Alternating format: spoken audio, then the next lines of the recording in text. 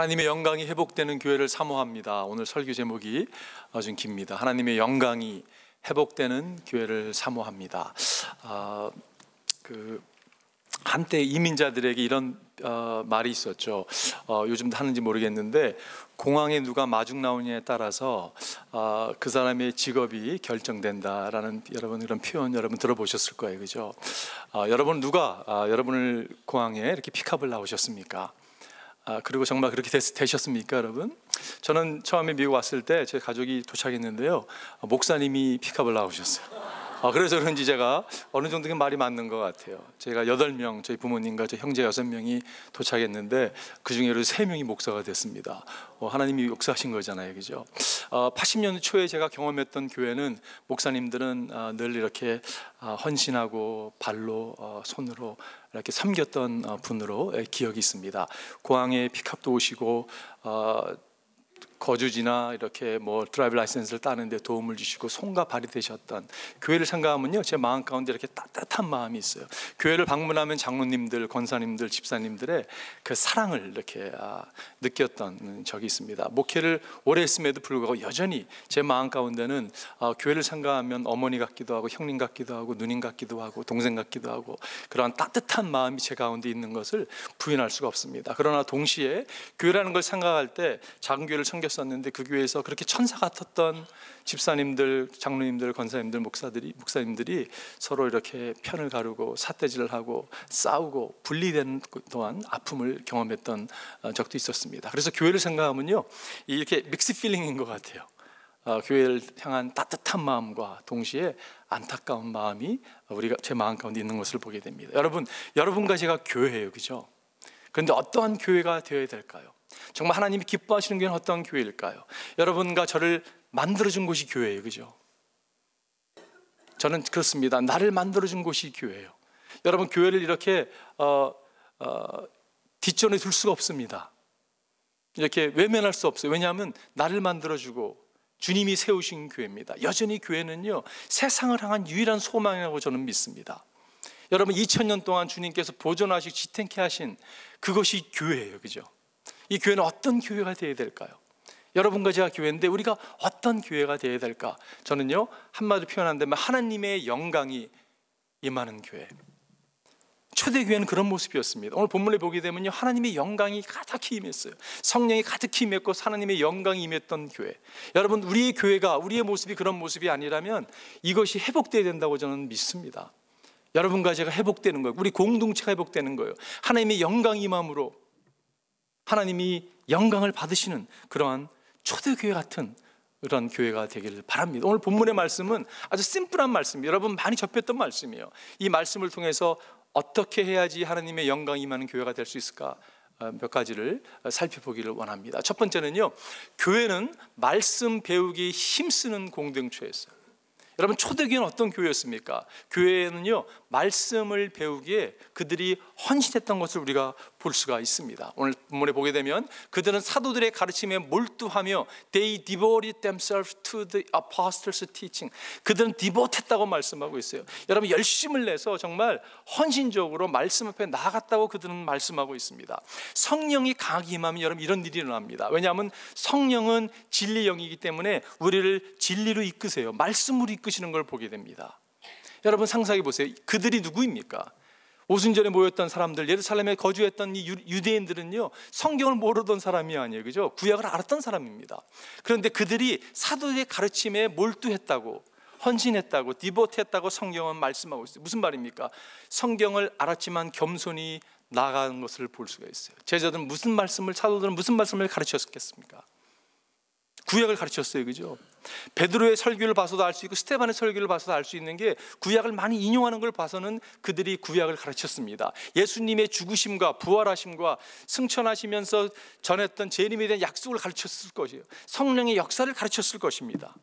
근데 여러분 보십시오. 오순절에 엄청난 성령의 역사가 일어났어요, 그죠? 바람같이 불같이 성령이 임하셨습니다. 방언을 말하고 여러분 신비한 체험을 했습니다.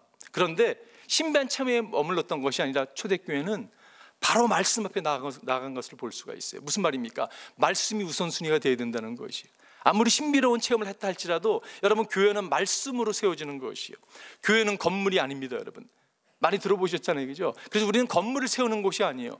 교회는, 여러분과 제가 교회고, 우리는 교회는 사람을 세우는 곳이요. 근데 사람이 어떻게 세워집니까, 여러분? 교회는요, 말씀으로 세워지는 것이요. 여러분과 제가 교회인데 우리는 말씀으로 세워지는 곳이요. 여러분 어떠세요? 우리 마음 가운데 정말 말씀에 몰두하고자 하는 열심을 내는 열정이 있는가, 갈급함이 있는가? 혹시 우리 모습이 성경 다 아는 이야기를 뭘 또 하고 계셔?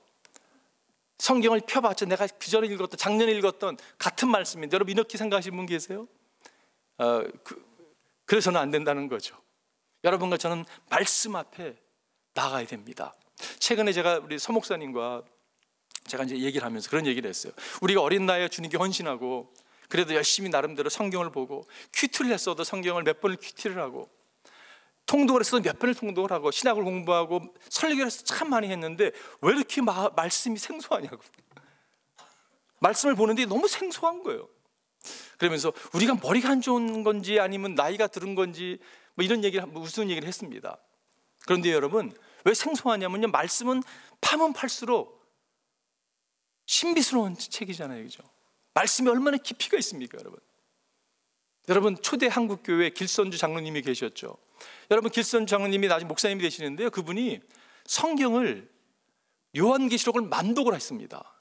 요한일서를 500독을 했어요. 창세기부터 에스더까지 여러분 540회를 통독하셨습니다. 뭐 구약 신약 엄청나게 읽어내셨어요. 여러분, 똑같은 책을 한 권을 100번 읽는다고 생각해 보세요. 읽혀지겠어요, 여러분? 안 읽혀집니다. 저도 같은 책을 한 3번, 4번 읽은 적이 있었거든요. 와, 쉽지 않더라고요. 파면 팔수록 그 깊이를 더 깨닫게 되는, 왜 그럴까요, 여러분? 이 말씀이 하나님의 말씀이기 때문에 그래요.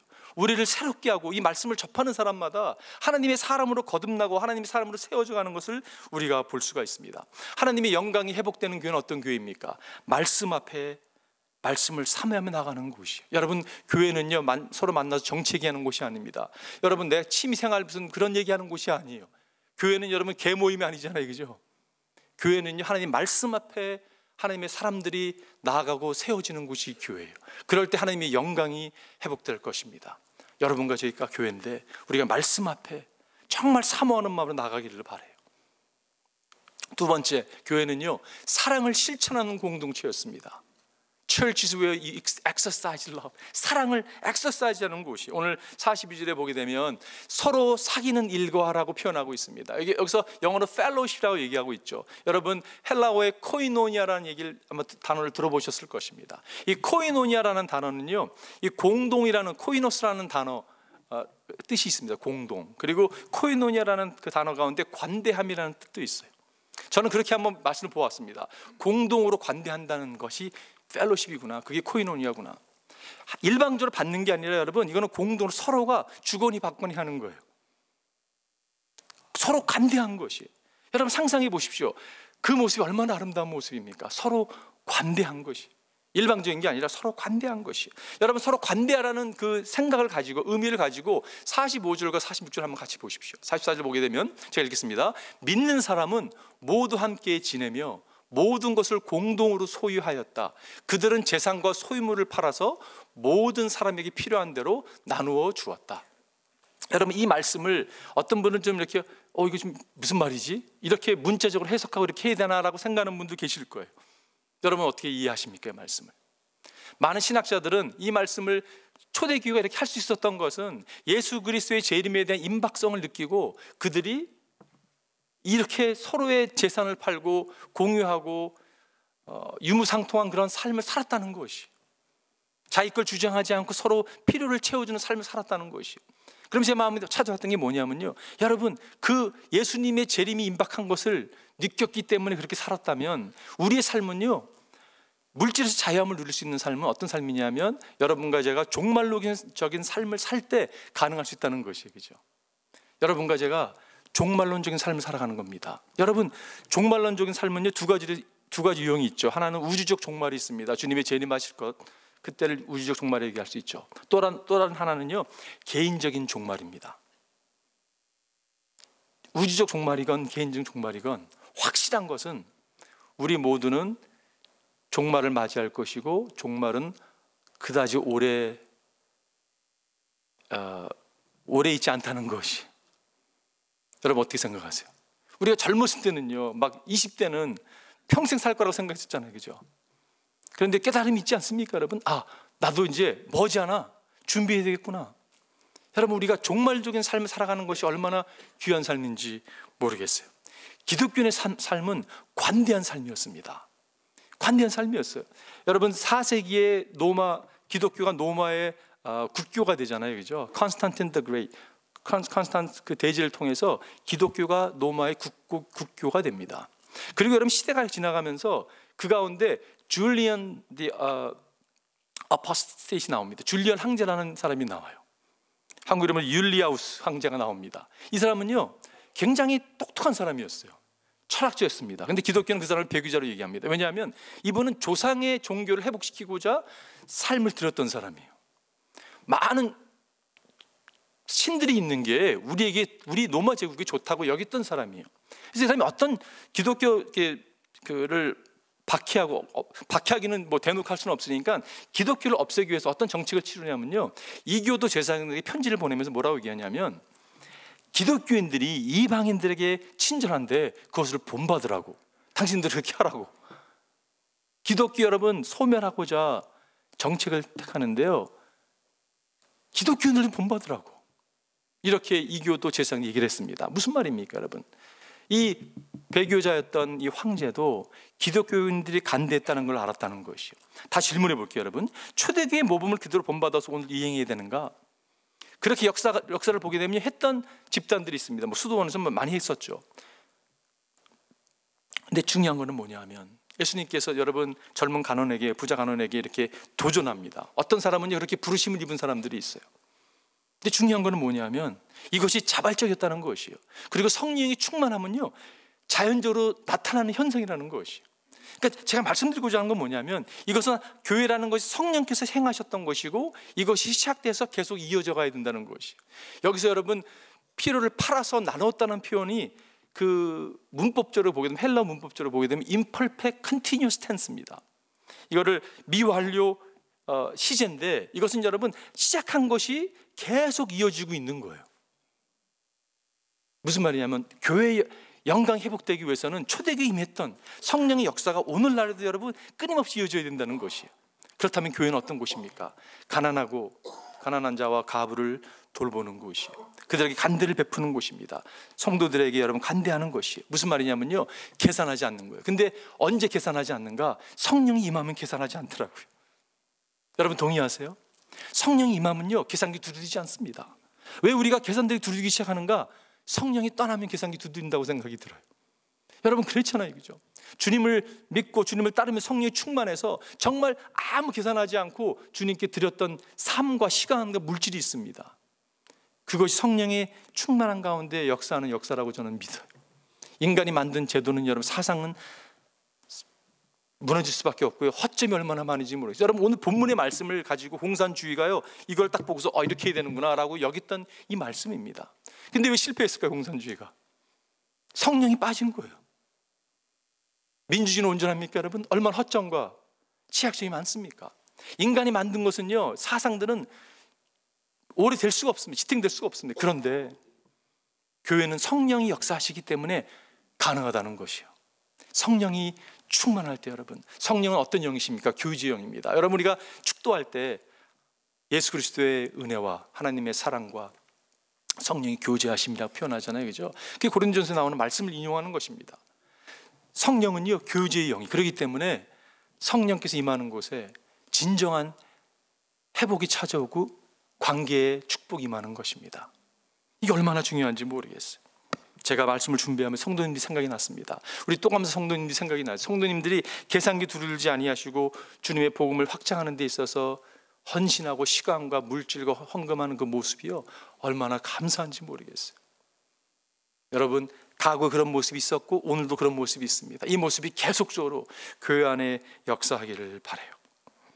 기독교 교부 가운데 존 크리스토톰이라는 분이 계셨습니다. 이분이 이 구절 이렇게 표현했어요. 이것은 자기 것을 아무것도 자기 것으로 말하지 않는 천사와 같은 존재였다. 단체였다. 곧 악의 뿌리가 잘라져 나갔다. 아무도 비난하지 않았고 아무도 시샘하지 않았으며 아무도 인색하게 굴지 않았다. 거기에는 교만도 치욕도 없었다. 가난한 사람들은 부끄러움을 몰랐으며 부자들은 거만함을 몰랐다. 성령에 충만한 공동체의 모습이. 제가 공식을 한번 만들어 봤어요. 교제 이꼴 돌봄, 돌봄 이꼴 나눔, 나눔 그것은 사랑이다. 교제라는 것은, 그리스도의 교제는요 돌보고 나누는 것이고 그것은요 곧 사랑이에요. 가난한 고아와 가부들을 위해서 여러분과 제가 헌신했으면 좋겠어요. 오늘 기도해 주셨는데 한국의 여러분 이주민 노동자들은요 그들의 아내와 자녀들은 가부가 아님에도 불구하고 가부처럼 살아가고 고아가 아님에도 불구하고 고아처럼 살아가는 그런 분들입니다. 그런 분들에게 여러분과 제가 정말 비전 출입을 하고 헌신해서 드려지는 게 얼마나 귀한지 모르겠어요. 그런 영광이 회복되기를 바랍니다. 여러분, 세 번째는요, 교회는 예배하는 공동체입니다.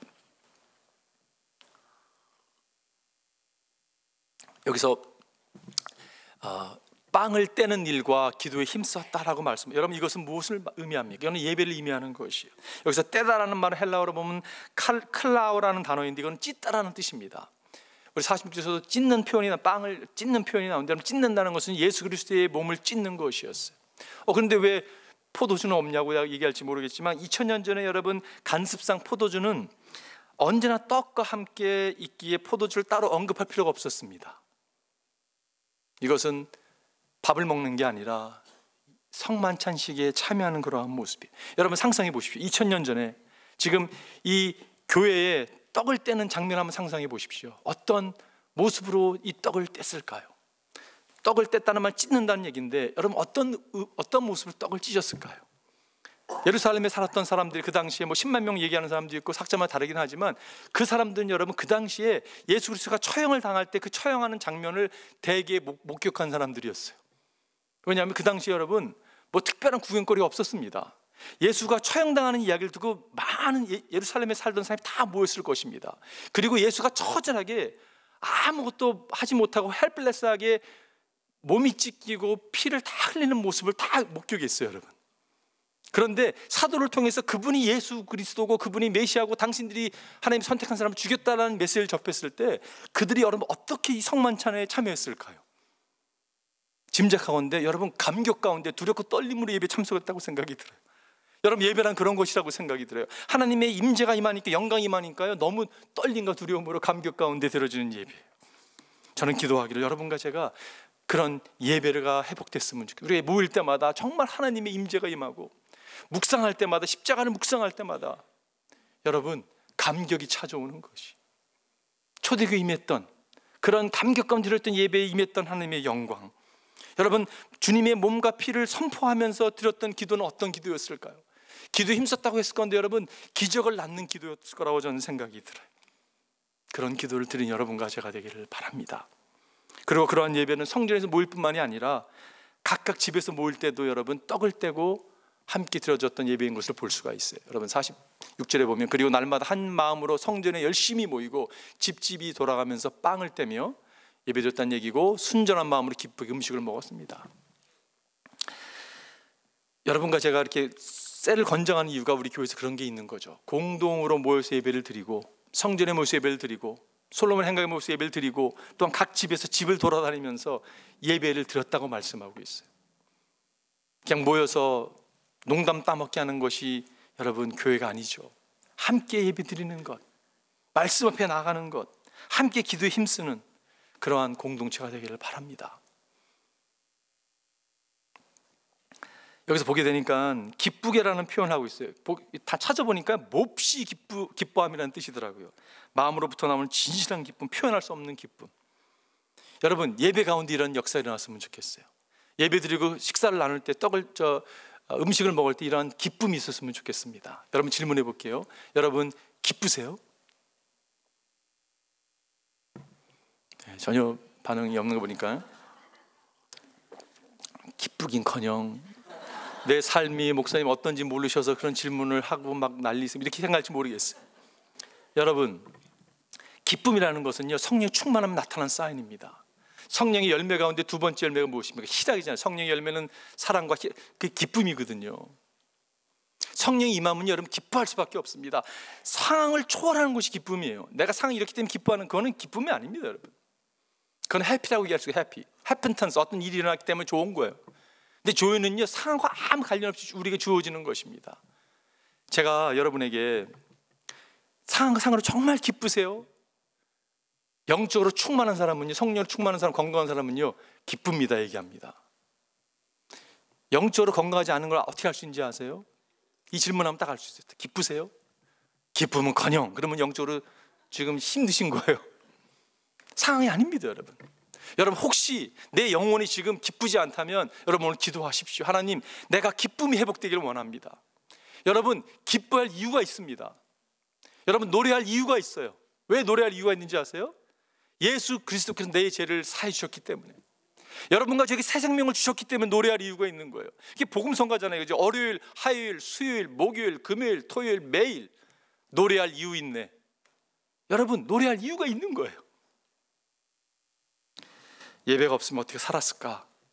라는 생각을 할 때가 얼마나 많은지 모르겠어요. 저는 개인적으로 그런 생각을 참 많이 합니다. 예배가 없으면 어떻게 살았을까 내가. 예배를 통해 여러분, 하나님께서 우리를 만져주셨어요. 우리를 치유하셨습니다. 우리를 회복시켜 주셨습니다. 우리가 회개하도록 이끌어 주셔서 소망을 주셨습니다. 다시 일어나 전쟁터로 나갈 수 있는 힘을 주셨어요. 예배는 우리를 숨쉬게 하고 다시 꿈을 꾸게 하고 우리가 보지 못하는 걸 다시 보게 한 것이 예배예요. 그런 예배가 여러분 우리 가운데 회복되길 바라요. 그럴 때 하나님의 영광이 회복되는 것이, 초대교회의 역사가 여러분 21세기로 일어날 수 있습니다. 여러분 아멘이시죠? 네. 마지막 네 번째는요, 교회는 하나님께서 함께 하시는 증표들이 있는 공동체. 여러분, 하나님이 함께 하십니다. 그렇기 때문에 교회는요, 막 이적이 일어나고 기적이 일어나고 증표들이, 매니 사인들이 여러분 일어나는 것을 볼 수가 있어요. 이게 교회의 모습이에요. 오늘 3절에 보니까 모든 사람에게 두려운 마음이 생겼다. 여러분, 두려운 마음이 어떤 마음일까요? 놀라는 마음이에요. 경이로운 마음입니다. 밖에 사람들이 교회를 바라보고 와우, 정말 부럽다. 와우, 정말 이런 일이 일어나는구나. 여러분, 그런 마음이었던 것이에요. 어떻게 이런 두려운 마음이 생길 수 있었을까요? 어떻게 이렇게 경이로운 마음, 경외심이 생길 수 있었을까요? 그들이 여러분 삶을 나누고 서로 챙겨주는 것에서도 있었지만, 보면 놀라운 일과 표징이 많이 일어났기 때문에 그렇습니다. 놀라운 일과 표징이 어떤 표징이었습니까, 여러분? 베드로가 이제 성령 충만의 설교를 하는데 여러분 3,000명의 사람이 주님께 돌아왔잖아요, 그죠? 이거는 유대인들이 상상할 수 없는 일이었습니다, 여러분. 3,000명, 남자만 3,000명이었거든요. 그러니까 한 8,000명도 뭐 10,000명까지 잡을 수 있는 것이에요. 그 수많은 사람들이 한 번에 여러분 세례를 받았습니다. 와, 어떻게 세례를 줬을까 상상이 잘 안 가는 거예요. 12명의 사도들이 아마 막 맡아서 한다 하더라도 이게 작지 않은 숫자잖아요, 그죠? 제자들이 여러분 사도들이 완전히 바뀌지 않았습니까? 담대하게, 그 겁쟁이들이 담대해져서 어디서 지혜가 나온 건지 지혜롭게 말씀을 선포하고 있는 이 모든 사인들을 보면서, 표징들을 보면서 그들이 교회를 향해서 경외심을, 두려운 마음이 생겼다고 성경은 말씀하고 있어요. 이 가운데 병 고침이 없었을까요? 관계 회복이 없었을까요, 여러분? 우울증 환자가 기쁨이 충만한 사람 예배하는 그런 역사가 없었을까요? 저는요, 확실히 믿습니다. 그런 이적과 기적들이 분명히 일어날 것이. 하바라스, 워라바라스. 여러분, 우리는 어떻습니까? 왜 이런 일이 일어나지 않습니까, 여러분? 우리가 성령의 능력을 이렇게 제한시키기 때문에 이런 일이 일어나지 않는다고 생각이 들어요. 하나님은 어제나 오늘이나 영원토록 동일하신 분이세요. 저는 믿기는요, 하나님께서 우리 가운데도 이런 이적과 기적을 행해 주실 거예요. 근데 언제 일어나는가? 성령의 충만함이 임할 때, 성령께서 능력을 제한하지 않고 우리가 그분께 온전히 내어드릴 때 성령께서 여러분 역사하십니다. 정말 우리 마음 끝에 경외로운 마음이 생기고, 하나님을 두려워하는, 정말 레버런셜한, 그런 막 무서워하는 게 아니라 정말 경외로운 마음 가운데, 나와 임재 가운데 하나님 영광이 회복되는 일들을 경험하게 될 것이에요. 제가 교회를 생각하면서 그런 생각이 들었습니다. 15년, 우리가 금년에 15주년 창립 예배를 드리는데 15년 전에 교회가 그러면 건물이 없었어요. 새벽기도를 하는데 남의 교회로 얘기할 수 없는 게 뭐 하나님이 다 교회잖아요, 그죠? 그런데 우리 이름이 아닌 다른 교회에서 예배를 드렸던 적이 있습니다. 새벽에 기도를 드리는데요, 성도님들이 이렇게 예배를 드리는 거예요. 그런데 그 당시에 병원에서 불가능합니다라고 판정받았던 성도님, 지금은 권사님 되셨지만 앉아 계셨어요. 교회가 얼마나 열심히 기도했는지 모릅니다. 여러분 어떻게 되셨어요? 하나님 회복시켜 주셨어요. 그 권사님의 두 줄 뒤에 한 형제가 앉아 있었습니다. 그 형제가요, 불치병 선고받고 앉아서 기도했어요. 교회가 기도했습니다. 지금 얼마나 잘 나가는, 한국에 다시 돌아가셔가지고 사역하는 형제인지 모르겠어요.